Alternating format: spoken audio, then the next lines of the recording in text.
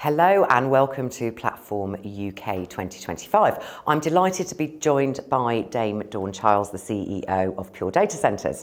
Dawn has very kindly participated on our CEO panel this morning, where there were huge amounts of great insights, but we'd like to know, for the viewers that are watching and haven't been able to join us today, what are, from your perspective, the major developments that we've seen in the UK data centre market over the past 12 months? So great to be here today. Thank you for that. And it was a hugely insightful panel. Brilliant start to the day. But I think the most significant changes that we've seen in the UK are in the regulatory space so far.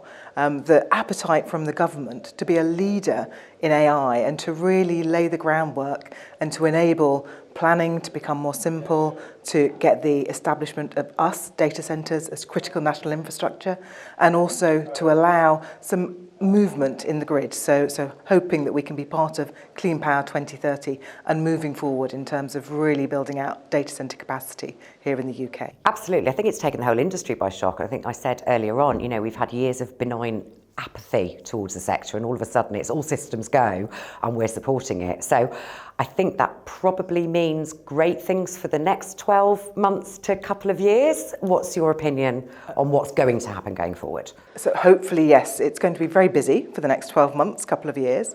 I think we have a real opportune moment here in the UK to get that regulatory space right and to ensure that we sort of stand slightly aside from the EU and allow people to come here and to build here and to do it in a far more supported way. So yeah, I think we've really got the opportunity to stand out in the next 12 months. It's really interesting because I think we've seen in other territories and locations across the world that regulatory piece can make or break the sector, not only from the demand side, but also from the willingness of the investment community. Are you seeing, since the announcements that have been made across the regulatory, more of an interest from the investment community? I think the investment community have continued to be interested.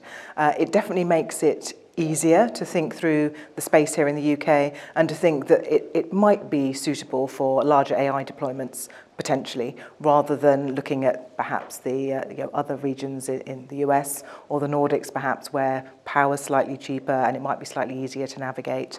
So I think, the investors were always really supportive here, but it's just given a new angle to their support.